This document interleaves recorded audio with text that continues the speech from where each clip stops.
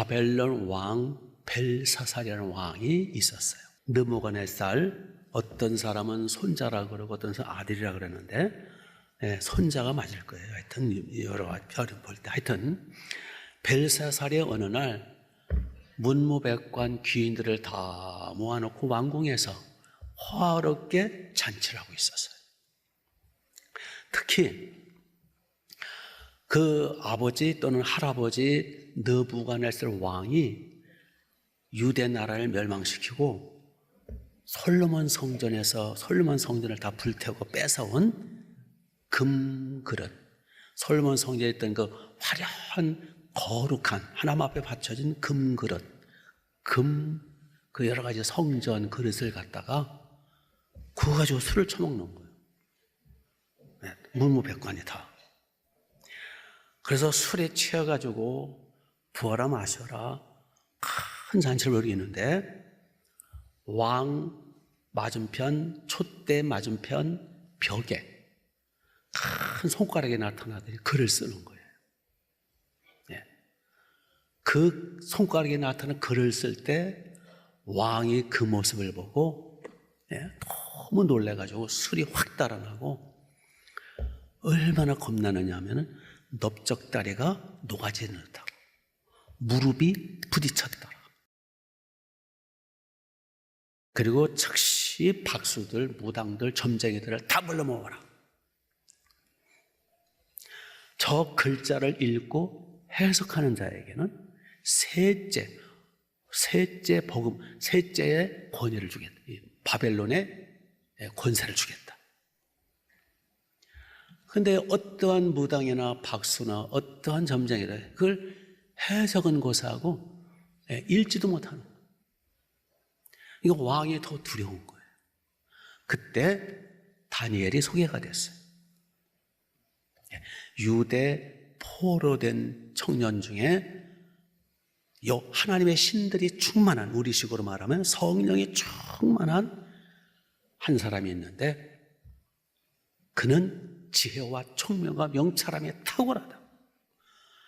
그 당장 불러오게 해가지고 다니엘로 하여금 저거 해석하라. 그래서 다니엘이 해석을 한 거예요. 자, 해석을 보면 거기 벽에 쓰인 글자 내용이 뭐냐면 25절을 보세요. 25절. 기록된 글자는 이것이니 곧 메네 데겔 우바르시. 이거 숙제입니다. 암송을 하셔야 돼요. 메네 데겔 우바르시. 한번 따라서 보세요. 메네 데겔 우바르시. 여기 해석을 해줬어요. 다니엘이 읽고 해석. 메네 두 번 나오죠. 메네가 뭐냐? 메네라는 것은 저울에 달다 그런 뜻이에요. 달리다, 달다. 저울은 물건이나 뭘 다는 여기 있잖아요. 기구잖아요. 그러니까 메네는 저울에 달다.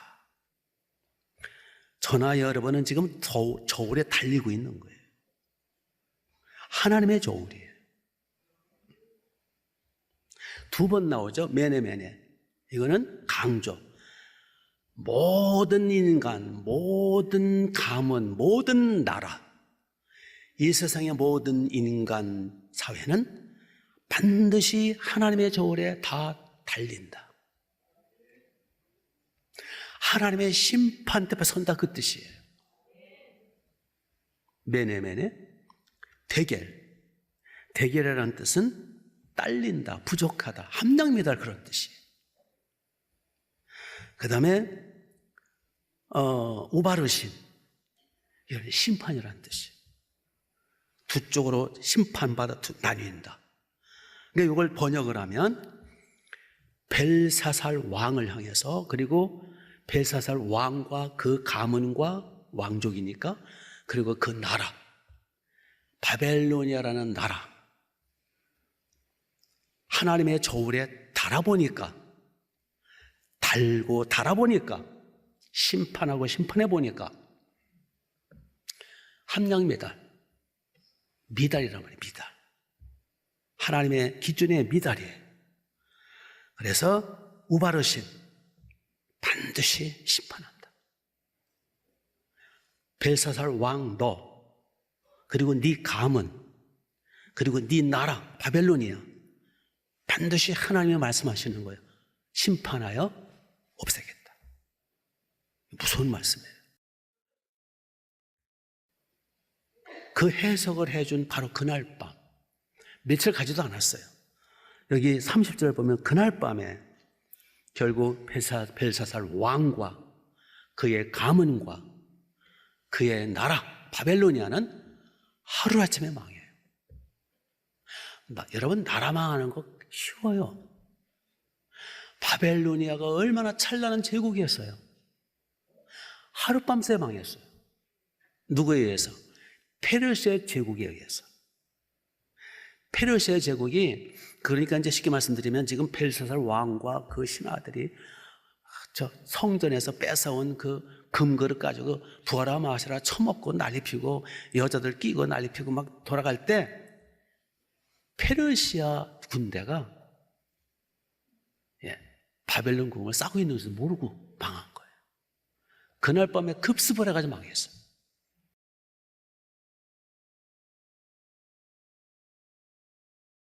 오늘 이 말씀이 우리에게 주는 경고입니다.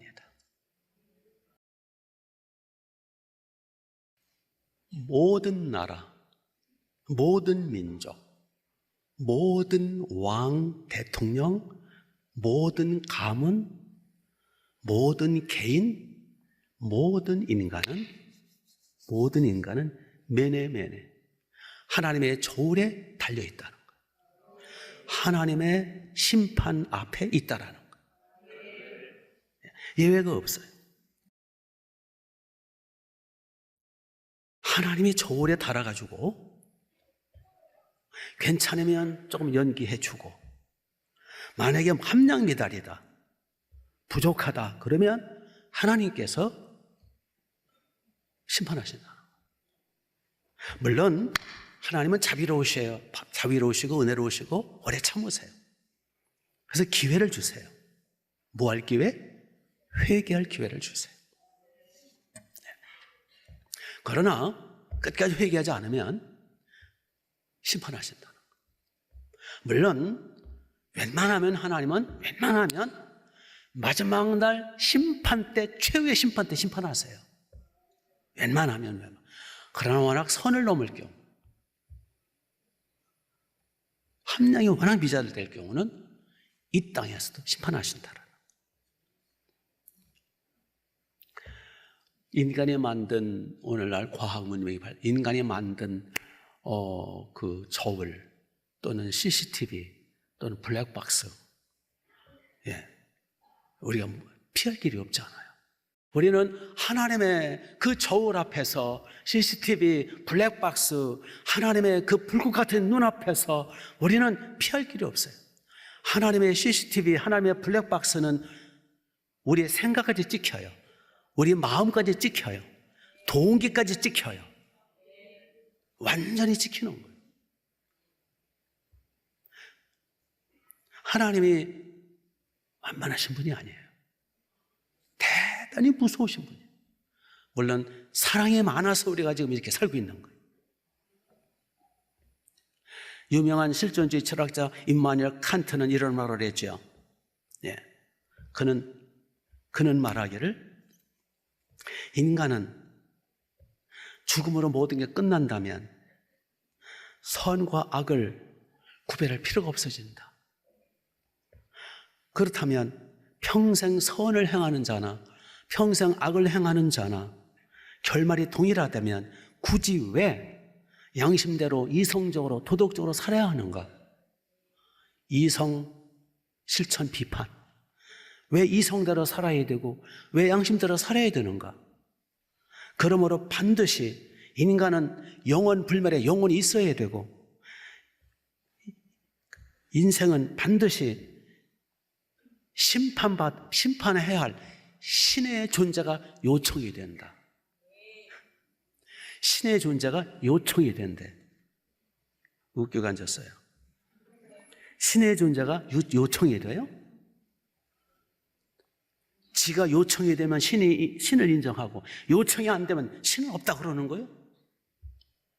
인간이 요청한다고 신이 있고 인간이 요청 필요 없다고 신이 없는 거예요? 이게 머리만 자꾸 굴리는 거예요.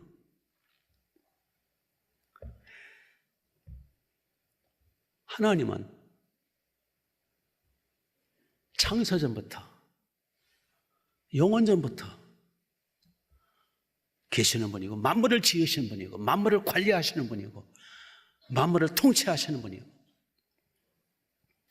그 하나님 앞에는 저울이 있는데 우리 모든 인간들은 그 저울에 달리고 있다라는 거예요.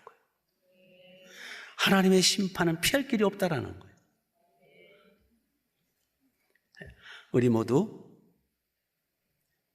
지난 올 한 해 살아오면서 이제 12월 이제 중순이잖아요. 이제 조금 있으면 이제 이 올해도 마감이 돼요. 우리 자신 한번 돌이켜보자는 거예요. 이 마지막 달, 이 해가 다 가기 전에, 새해를 맞이하기 전에 우리 인생을 한번 돌아보자는 거예요. 아니, 지금까지 삶을 돌아보자는 거예요. 그냥 쫓기면서 정신없이 그렇게 살지 말고 내 자신을, 우리 가문, 우리 가정을, 그리고 우리 나라를 한번 돌아보자는 거예요. 왜요? 메네메네 되게 우바르신. 우리는 하나님 앞에, 저울 앞에 달려가지고 한 명이 미달이 되면 큰일 나거든요.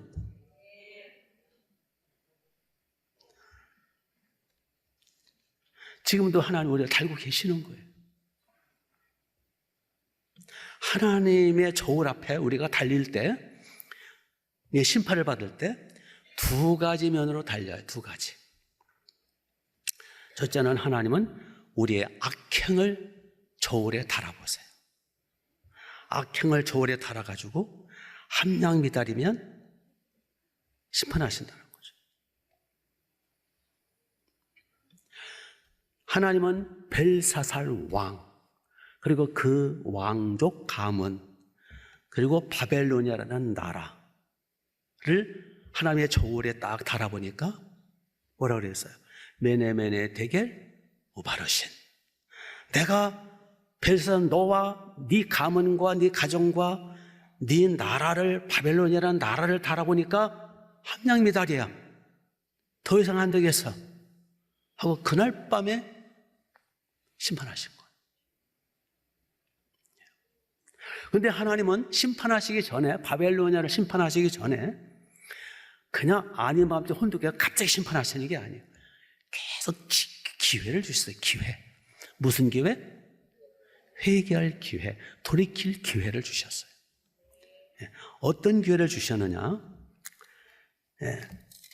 5장 20절, 19절부터 20절, 21절 내용이 무슨 내용이냐면, 바벨론 벨사살 왕의 할아버지가 느부갓네살이고 중간에 아버지가 기록이 안 되는데 아버지가 있고, 그 감은 하나님이 말씀하시기를 내가 네 조상들에게 내가 엄청난 왕권을 주었다. 근데 그거 가지고 교만하고 완악하고 마음이 높아져 가지고 하나님이 잠깐 그 영광을 뺏었다는 거예요. 그게 이제 그 내용이 3장 4장에 쭉 나와요. 굉장한 하나님의 손길로.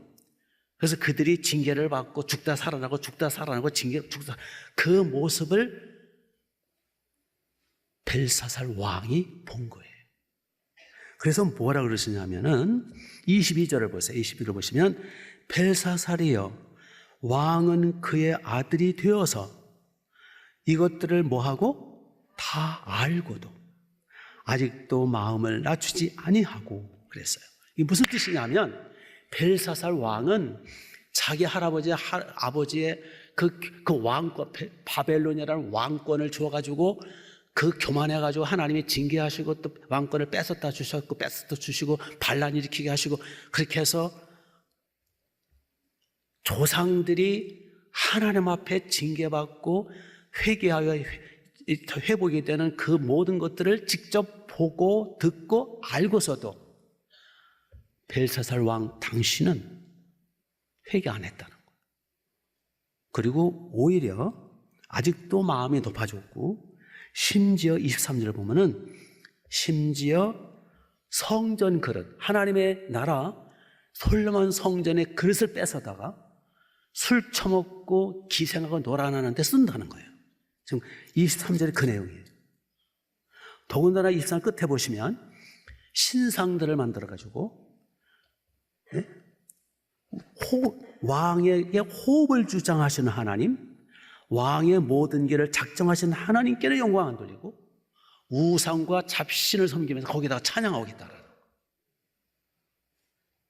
그러므로 더 이상 벨사살과 그 가문은, 이 나라는, 바벨론이라는 나라는 더 이상 함량 미달이 심각해서 이제는 메네메네 대결 우바르시, 이제는 심판하시겠다. 믿습니까? 네. 그래서 바벨론 나라 왕은 며칠 가지도 않아요. 그날 밤에,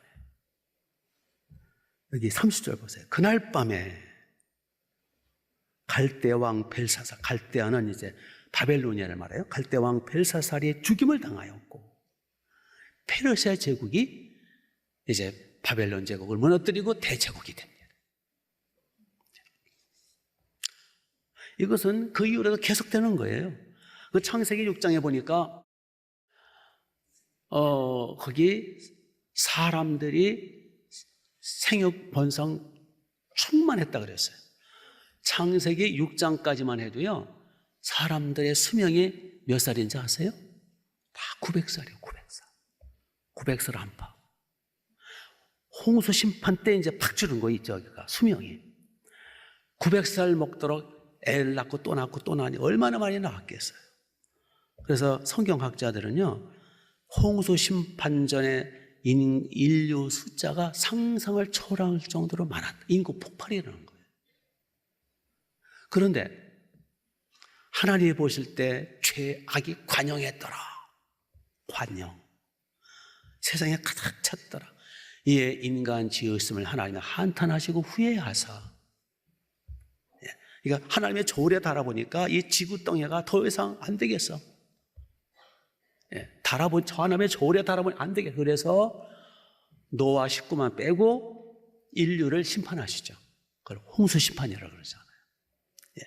그 이후에도요, 바벨탑 심판, 창세기 19장에 보면 소돔성 심판, 고모라성 심판, 그 이후에도 계속 많은 나라들 다 심판. 그래서 예레미야서 17장, 18장에 보면 그런 말씀이 있어요. 하나님이 예레미야를 통해서 말씀하시기를, 진흙덩어리가 토기장에 손에 있은 같이 모든 나라, 모든 민족은 내 손에 있느니라. 개인뿐만 아니라 가문뿐만 아니라 모든 나라, 모든 민족의 흥망성쇠가 하나님 손에 있다라는 거예요. 그러면서 계속 하나님 말씀하시기를, 가령 어느 나라가 죄악에 가득 차서 내가 그들을 뽑고 멸하리라 작정했는데 그들이 돌이켜서 내 말을 들으면 내가 뽑고 멸하기로 작정한 그 뜻을, 내가 뜻을 돌이키겠다. 만일 어떤 나라 민족을 향해서 내가 심고 건설하고 흥왕케 하리라 작정했는데 그 나라들이 교만에 빠져가지고 돌이키지 아니하면, 회개하지 아니하면 내가 뜻을 돌이켜 그 나라를 멸하겠다. 그러니까 항상 깨어서 주께로 돌아오고 회개하라는 거예요. 어느 나라든 어느 민족이든 그 흥망성쇠가 인류 역사예요. 인류 역사. 지금 우리나라, 우리 개인적으로나 가문적으로는 물론이고 우리나라, 대한민국, 이 나라의 흥망성쇠도 하나님 손에 있는 거예요. 잠언 29장 1절에 이런 말씀이 있어요. 자주 책망을 받으면서도 목이 곧은 사람은 갑자기 패망을 당하고 피하지 못하리라. 그래서 우리가 책망을 받고 경고를 받을 때 개인적으로나 가문적으로나 교회적으로나 국가적으로 우리가 자꾸 돌이켜야 되고 자꾸 회개하고 그럴 때 하나님의 저울에 달아서 함량미달이 안 될 수 있도록 그렇게 해야 되지 않겠어요? 그래서 우리는 내 말, 언행심사, 모든 삶 결국 내 책임이에요. 더 나아가서 조상들의 죄까지 우리는 담당해야 돼요. 10계명에 2계명에 뭡니까? 조상 3, 4대까지 내가 보응하겠다. 자손 1000대까지 내가 은혜를 주겠다. 우리의 말이나 행동이나 우리의 모든 것들, 더군다나 하나님의 CCTV, 하나님의 카메라는요, 우리 무의식 세계, 우리의 영적인 세계, 우리의 잠재의식, 우리의 모든 동기까지 정확하게 달거든요. 그렇기 때문에 우리는 하나님의 눈을 그 하나님의 그 저울 앞에서 우리는 하나님의 심판을 피할 수가 없기 때문에 우리는 조심해야 될 뿐만 아니라 우리는 타락한 존재고 죄 많은 세상 살다 보니까 죄를 피할 수가 없어요. 그래서 하나님께서 만물을 창조하게 하신 그 아들, 전능하신 신이신 아들을 이 땅에 육체로 보내사 우리의 죄값을, 우리가 받아야 할 형벌값을 십자가에서 다 받게 해주신 거예요. 그래서 그 예수님을 믿고 그 보혈을 의지해서 회개하면, 문제는 예수님의 피를 의지해서 참 철저하게 회개할 때 예수님이 이미 값을 지불하셨으니 그 지불된 값의 증거가 피거든요. 예수님의 피를 의지해서 회개하면 하나님은 우리에게 죄값을 묻지 않았어요. 일사부절의 원칙에 의해서. 그래서 내가 저질른 죄, 우리 가문, 우리 조상들이 저질른 죄, 우리 가족이 지은 죄, 그리고 더 나가서 나라, 저 정치권, 저 사법부, 저 언론사들, 이 민족이 저질른 죄, 가지가지 그 더러운 죄악들을 우리가 회개할 때 하나님은 용서하신다는 거예요. 왜냐하면 예수님 믿고 구원받은 성도는 민족의 제사장이기 때문에. 따라서 해보세요. 나는 우리 가문과 우리 민족의 제사장이다. 제 얘기가 아니라 베드로전서 2장에 나오잖아. 너희는 왕같은 제사장이다. 루터가 그랬어요. 만인 제사장. 예수님 믿고 구원받은 사람은 모든 사람의 제사장이다. 신부나 축의금만 제사장이 아니야. 모든 성도는 제사장이야. 제사장이라는 것은 축복권이 있고 기도권이 있고 중보기도권이 있고 대신 중보 회개기도 할 수 있다는 권한이 있는 거예요. 그래서 우리가 우리 가정의 죄들, 우리 조상들의 죄, 우리 민족의 죄를 대신 회개하면 하나님은 우리의 그 회개를 받으셔서 용서하신다는 거예요. 그게 제사장의 특권이에요. 그러니까 한마디로 예수님의 피만이 살 길이요. 회개할 수 있다는 건 최고의 축복이요. 내 죄를 비롯해서 우리 가정, 우리 가문의 조상들의 죄, 이 민족의 죄를 용서받는 길은 오직 예수님의 피로 회개하는 길이에요. 이미 하나님이시며 만물을 창조하신 그 신께서 육체로 오셔서 십자가에서 죽으실 때 내가 다 이루었다. 내가 인류의 죄값을 다 완불했다. 내가 인류가 받아야 할 지옥 고통을 다 받았다. 그 사실을 믿고 그 증거로서 피를 믿고 회개하면, 하나님 앞에 자기 죄를 회개하면 내가 값을 지불한 그 공로로 용서해 주마. 만일 자복하고 회개하면 용서해 주겠다. 그러나 회개하지 않으면 죄가 그대로 있는 거예요. 믿습니까?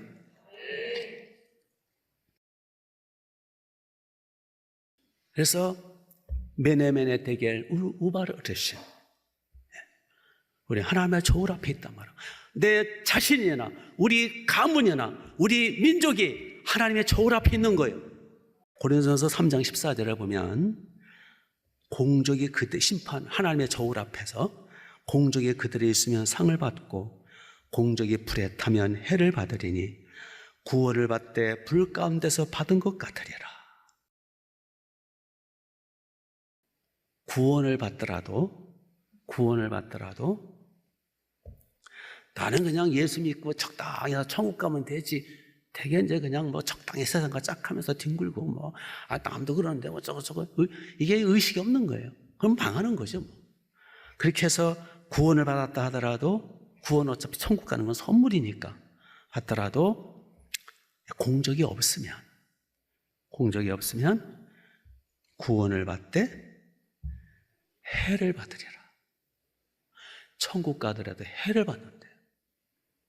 그리고 또 불 가운데서 받은 것 같으리라. 그러니까 여러분, 예수 믿고 구원받는 게 중요한 게 아니라 부끄러운 구원, 해를 받으며 구원받고 불 가운데서 구원받은 이런 비참한 구원받으면 안 된다는 거예요. 그렇죠? 그러니까 그런 구원을 받으면 이 땅에서도 하나님의 저울에 달아가지고 현찮으면 이 땅에서 하나님이 때리시죠.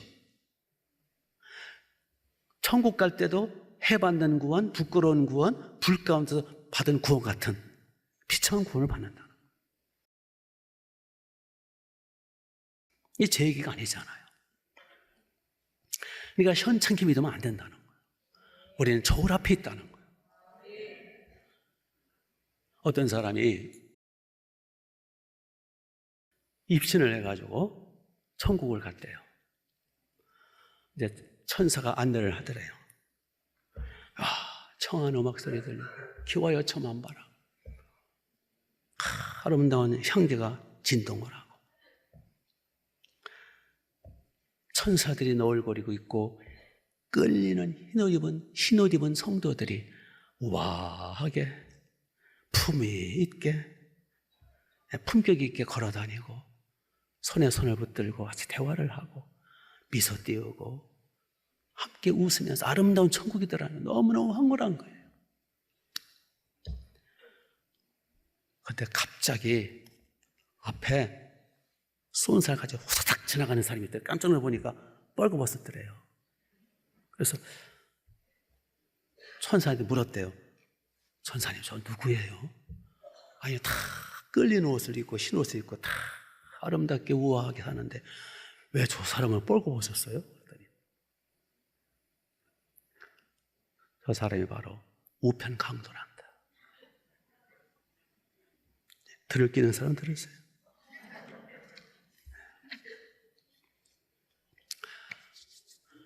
이 세상에서도 저울에 달리고 있고요, 천국 가서도 저울에 달린 대로 어떤 사람은 빛나게 구원받고 어떤 사람은 비참하게 부끄러운 구원을 받는다라는 거예요. 그래서 우리가 알게 모르게 짓는 죄는 자꾸 회개하자는 거예요. 회개하면 하나님이 용서하세요. 하나님의 저울은 이렇게 악행만 이게 저울에 다는 것이 아니라 우리의 선행도 저울에 다신다는 거예요. 사무엘상 2장 3절에 이런 말씀이 있어요. 여호와는 지식의 하나님이시라 행동을 달아보시느니라. 우리의 행동을 저울에 다신대요. 사도행전 10장 4절 이하를 보면 거기에 고넬료가 나와요. 로마 장교, 이방 사람. 이 로마 고넬료가요, 거기 보니까 고넬료가 항상 기도하고 구제하는 일에 힘썼는데 유대인들의 회당을 짓는데도 힘쓰더라. 뭐 그런 말씀이 나와요. 예. 그러니까 대단한 사람이죠. 그래서 하나님이 천사를 보내십니다. 고넬료에게. 그래서 천사가 와가지고요, 너의 구제함과 많은 선행과 그 기도가 하나님 앞에 상달되어 기억하신 바가 되어 주님 앞에 보내신 받들어 내가 왔느니라. 천사가 그러면서 천사가 고넬료를 도와주면서 베드로를 만나도록 도와주는 모습이 나와요. 거기 보니까 너의 모든 선행과 구제함과 기도함이 하나님 앞에 상달됐다. 예. 즉 쌓였다 그 얘기예요. 사람이 무엇을 하는지 그대로 거두리라. 우리가 선을 행하든 악심하지 말지 때가 되면 하나님 앞에 때가 되면 거두리라. 그 마태복음 12장 35절을 보니까 선한 사람은 쌓은 선에 선을 내고 악한 사람은 쌓인 악에 악을. 즉 선도 쌓이고 악도 쌓인다는 거예요. 그러니까 그걸 누적이라 하죠. 누적. 여러분 죄도 누적이 되고 선도 누적이 되고 악도 쌓이고 우리의 선행도 쌓이고. 자, 사람은 영적인 존재거든요. 영적인 세계는 영원한 세상이라고 그랬어요. 육신만 한계가 있고 곧 없어지지 영적인 세계는 영원한 세상이에요. 천사도 영원해요. 마귀도 영원해요. 인간도 영혼이 있기 때문에 영원해요. 이 영적인 존재, 육만이 있는 게 아니라 영혼이 있잖아요. 그리고 인간이 짓는 죄도 영적인 거기 때문에 영원해요. 인간이 하는 선도 영적이기 때문에 영원한 거예요. 그래서 지옥도 영원한 거, 천국도 영원한 거, 심판도 영원하고 상급도 영원한 거. 그래서 우리의 언행심사, 일거수일투족 이거 영원한 거예요. 여러분 굉장히 위험한 무시무시한 겁니다. 우리가 함부로 말하고 함부로 함부로 하지 이거 영원한 거예요. 이거 없어지지 않아요. 그거 다 심판받는다고. 하나님의 저울 앞에 다 쌓인다고요.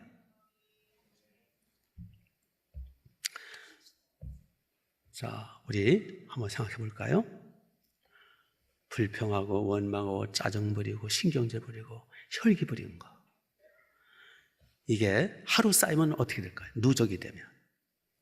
한 달 누적이 되면. 여러분이 신경질 부리고 혈기 부리고 분노하고 이거 누적이 될 경우 10년 누적이 됐어. 30년 쌓였어. 한번 생각해 보세요. 얼마나 쌓였을까요? 예? 태손보다 크겠죠? 그게 하나님의 저울에 올려진 거예요.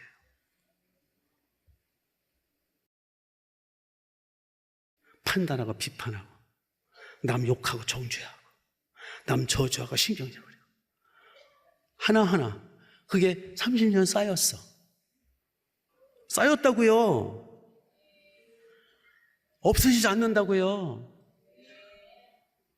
생각해 보시라고요.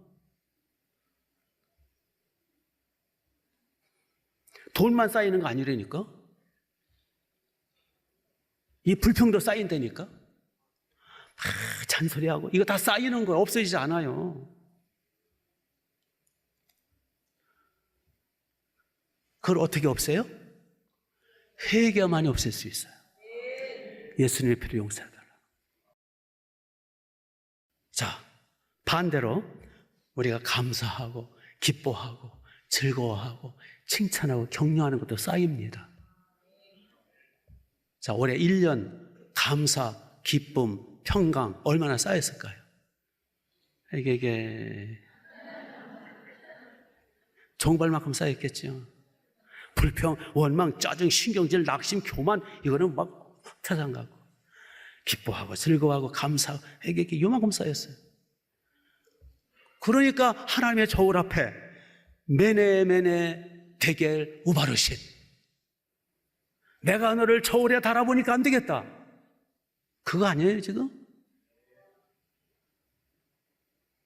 지금 우리가 예배드리는 이거 쌓이는 거예요. 그냥 아이고 빨리 때우고 가야지. 얻어맞기 전에 때우고 가야지. 쌓이는 거라니까. 예배도 찬양도 쌓이는 거예요. 기도도 쌓이는 거고. 여러분 잘 들어요. 아멘도 쌓입니다. 아니 시편 어디에 계시록 보시라고요. 이 중보기도 했잖아요. 아멘이 얼마나 중요한가. 누적이 되는 거예요. 누적. 따라서 해보세요. 누적. 없어지지 않아요. 절대로. 우리는 지금 하나님의 저울에 달리고 있다는 사실을 명심하십시오. 그래서 우리는 벨사살 왕처럼 되지 말고 그 개인, 그 감언 왕, 느부갓네살 왕, 세상을 정복하는 왕이에요. 바벨론이야. 그러나 결국은 3대째 임계점에 도달했을 때 하룻밤에 망했어요. 여러분, 나라 망하는 거 하룻밤이에요. 바벨론 하룻밤에 망했어요. 우리나라 정신 차려야지만 하룻밤 새 망해요. 믿습니까? 개인도 마찬가지예요. 거기에 비해서 다윗은 처음에는 10년, 20년, 30년을 다윗은 정말 죽을 노릇이었어. 사울왕한테 쫓기고 특공대원들에서 쫓기고 계속 도망다니고 이게 뭐야 이게 하나님 잘 믿는다고 하면서 이게 뭐야. 그러다가 다윗이 30해 30살 되는 해에 하나님이 그를 왕으로 세우시죠. 실제 왕으로.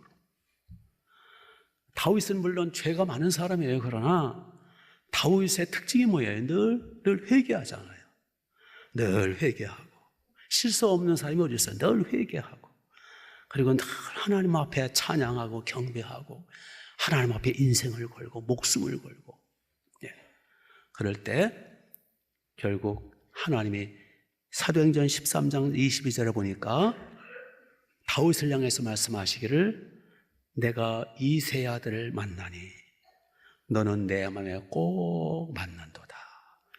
내가 너를 통하여 내 뜻을 다 이루기까지 너를 떠나지 아니하리라.